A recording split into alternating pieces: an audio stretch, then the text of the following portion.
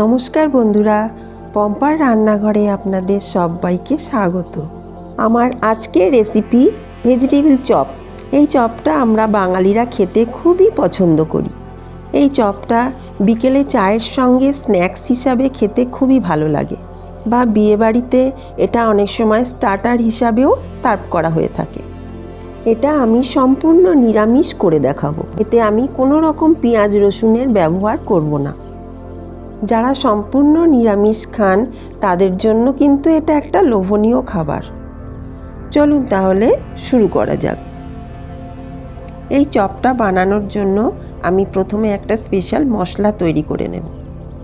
এর জন্য নিয়েছি 1 ইঞ্চ মতো দারচিনি, 3-4টে লবঙ্গ, 3-4টে ছোটো এলাচ, একটা শুকনো লঙ্কা, আর নিয়েছি 1 চামচ ধনে, 1 চামচ জিরে, 1 চামচ মৌরি আর 1/2 চামচ গোলমরিচ।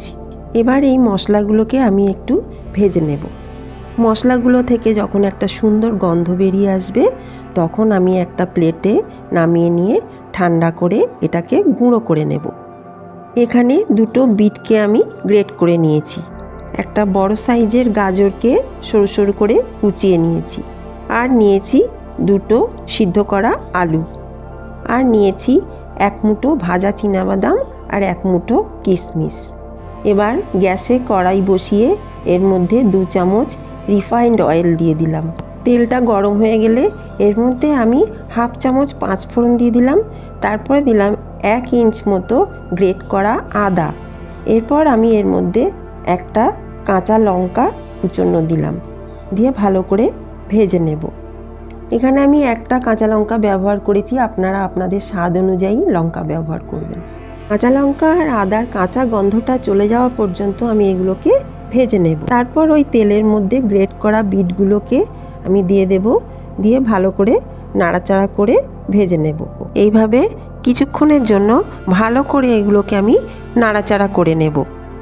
প্রায় 1-2 মিনিট হয়ে গেছে, এগুলো একটু নরম হয়ে এসছে। এবারে আমি এর মধ্যে মিশিয়ে দেব কুচনো গাজরগুলো দিয়ে দিলাম। এবার গাজরগুলোকে দেওয়ার পরে আমি খুব ভালো করে মিশিয়ে নেব। এরপর দিয়ে দেব এর মধ্যে 1 চামচ নুন। এই নুনটা ভালো করে মিশিয়ে নেব। এখানে আপনারা আপনাদের স্বাদ অনুযায়ী নুন দেবেন। নুন দেওয়ার পরে বিট গাজরগুলোকে ভালো করে নাড়াচাড়া করে মিশিয়ে দেব। এইভাবে বেশ কিছুক্ষণ ধরে রান্না করতে হবে। নুনটা দেওয়ার পরে বিট গাজরগুলো থেকে একটু জল বেরোয়। এই জলগুলো যতক্ষণ না পর্যন্ত শুকনো হয়ে যাবে ততক্ষণ পর্যন্ত আমি এটাকে রান্না করে নেব। প্রায় 2-3 মিনিট পরে বিট গাজরগুলো একেবারে সিদ্ধ হয়ে গেছে। এবার আমি এর মধ্যে মিশিয়ে দেব সেদ্ধ করে রাখা যে 2টো আলু। আমি এগুলোকে হাত দিয়ে চেপে ভেঙে নিয়েছি, এগুলোকে আমি ভালো করে মিশিয়ে দেব। এরপরে এর মধ্যে আমি ভেজে রাখা চীনাবাদাম আর কিশমিশটা দিয়ে দেব, দিয়ে ভালো করে এগুলোকে নেড়ে চেড়ে মিশিয়ে নেব। মেশানোর পরে আমি এর মধ্যে মিশিয়ে দেব আগে থেকে ভেজে গুঁড়ো করে রাখা যে ভাজা মশলা, সেই মশলাটা আমি এর মধ্যে দিয়ে দেব, দিয়ে আবারও ভালো করে নাড়াচাড়া করে আমি মিশিয়ে নেব। ভাজা মশলাটা মেশানোর পরে এর মধ্যে দেব স্বাদ মতো চিনি। আমি এখানে 1 চামচ গুঁড়ো চিনি ব্যবহার করেছি, আপনারা আপনাদের ইচ্ছা মতো ব্যবহার করতে পারেন। গুঁড়ো চিনিটা মেশানোর পরে আবারও একটু নাড়াচাড়া করে ভালো করে মিশিয়ে নেব। আর কিছুই না, গুঁড়ো চিনিটা তাড়াতাড়ি স্টাফিংয়ের মধ্যে মিশে যায়, সেই জন্য আমি এখানে ব্যবহার করেছি। এবার খুন্তির সাহায্যে ভালো করে নাড়াচাড়া করে এটাকে মিশিয়ে নিতে হবে।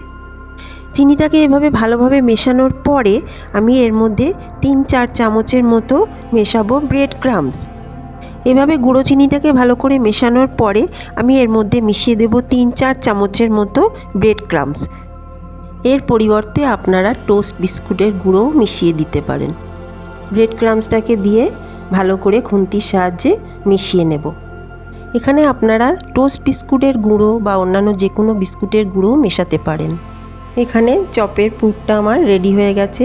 এবার একটা পাত্রে নামিয়ে নিয়ে ঠান্ডা করতে দেব। এবার একটা পাত্রের মধ্যে নিয়েছি 1 কাপ কর্নফ্লাওয়ার। এর মধ্যে পরিমাণ মতো জল মিশিয়ে আমি একটা ব্যাটার তৈরি করব। ব্যাটারটা খুব ঘন হবে না, খুব পাতলাও হবে না। আর একটা বড় প্লেটের মধ্যে নিয়েছি প্রায় 1 কাপের মতো ব্রেড ক্রাম্বস। এবার আমি ভেজিটেবিল চপটা তৈরি করব। এবার হাতের মধ্যে কিছুটা পরিমাণ পুর নিয়ে এক হাত দিয়ে গোল করে নিলাম, একটু চেপে চেপে গোল করে নেব। তারপরে 2 হাতের তালুতে রেখে একটু লম্বা শেপ দিয়ে নিলাম। এখানে আমি এরকম লম্বা শেপ দিচ্ছি, আপনারা আপনাদের ইচ্ছা মতো গোলও করতে পারেন, আবার গোল করে একটু 2 হাতের তালু দিয়ে চেপে টিকিয়ার মতনও করতে পারেন। চপের শেপটা রেডি হয়ে গেছে। এবার এটাকে ব্যাটারের মধ্যে ডুবিয়ে নেব। তারপর ব্যাটার থেকে তুলে নিয়ে ব্রেড ক্রাম্বস চপের গায়ে ভালো করে মাখিয়ে নেব। মাখানোর পরে আবার ওই ব্যাটারের মধ্যে ডুবিয়ে একটা লেয়ার দিয়ে নেব। আবারও ব্যাটার থেকে তুলে নিয়ে চপের গায়ে ব্রেড ক্রাম্বস ভালো করে মাখিয়ে নেব। এইভাবে 2টো লেয়ার দেওয়ার পরে চপটা ভাজার পরে বেশ মুচমুচে হয়, আর এই মুচমুচে ভাবটা অনেকক্ষণ ধরে থাকে। এইভাবে চেপে চেপে ব্রেড ক্রাম্বস চপের গায়ে ভালো করে মাখাতে হবে। দেখুন আমার চপটা রেডি হয়ে গেছে। এভাবে আমি আরও কয়েকটা চপ বানিয়ে নেব। আমি এখানে যে পুর বা স্টাফিংটা বানিয়েছি সেগুলো থেকে প্রায় 8-10টা মতো চপ বানানো যাবে, কিন্তু আমি এখানে সবগুলো তৈরি করব না। কিছুটা পুর বা স্টাফিং আমি ফ্রিজে রেখে দেব। এই পুরটা ফ্রিজে প্রায় 7 দিন পর্যন্ত থাকতে পারে, কোনো রকম নষ্ট হবে না। আপনাদেরও ইচ্ছা করলে এরকমভাবে বানিয়ে ফ্রিজে রেখে দিতে পারেন। যখন প্রয়োজন হবে তখন ফ্রিজ থেকে পুরটাকে বার করে নিয়ে বাইরে রেখে দেবেন। দেখবেন 20 থেকে 25 মিনিট পরে এটা প্রায় নর্মাল হয়ে যাবে, এটা আর এতটা ঠান্ডা থাকবে না। এবার ওই একই পদ্ধতিতে চপগুলো তৈরি করে ভেজে নিতে পারবেন। এখানে আমি প্রায় 4টে মতো চপ তৈরি করে নিয়েছি। এখন আমি এই চপগুলোকে ভেজে নেব। চপগুলো ভেজে নেওয়ার জন্য গ্যাসে একটা কড়াই গরম করতে দিয়েছি। কড়াইটা গরম হয়ে গেলে এখানে আমি প্রায় 200 গ্রামের মতো রিফাইন্ড অয়েল ব্যবহার করেছি। এবারে তেলটা গরম হয়ে গেলে একটা একটা করে আমি প্রথমে 2টো ভেজিটেবিল চপ দিয়ে দিলাম। এখানে মনে রাখতে হবে তেলটা খুব ভালো মতো গরম হয়ে গেলে তারপরে চপগুলো তেলের মধ্যে দিতে হবে। যদি কম গরম থাকে তাহলে চপগুলো দিলে ফেটে যাওয়ার সম্ভাবনা থাকে। দেখুন এইভাবে আমি নেড়েচেড়ে চপগুলোকে ব্রাউন কালার করে ভেজে নিয়েছি। ভেজে এবার এগুলোকে তুলে একটা টিস্যু পেপারের মধ্যে রেখে দিলাম। হলে চপের গায়ে এক্সট্রা যে তেলগুলো থাকে সেগুলো টিস্যু পেপার সোপ করে নেবে। এবার ওই একই পদ্ধতিতে আমি আরও 2টো চপ ভেজে নেব। এইভাবে উল্টে পাল্টে ভেজে নিয়ে যখন ব্রাউন কালার হয়ে এসছে দেখুন আমি আবারও তুলে নিলাম, তুলে ওই টিস্যু পেপারের মধ্যে রেখে দিলাম। আমি এখানে ভেজিটেবিল চপগুলোকে মাস্টার্ড সস, টমেটো সস আর স্যালাড দিয়ে সার্ভ করেছি। আপনারা আপনাদের ইচ্ছা মতো সস দিয়ে খেতে পারেন। আমার এই ভিডিওটা যদি আপনাদের ভালো লেগে থাকে তাহলে প্লিজ সাবস্ক্রাইব করে দেবেন, সঙ্গে লাইক, কমেন্ট এবং শেয়ার করে অন্যদের দেখার সুযোগ করে দেবেন। ধন্যবাদ।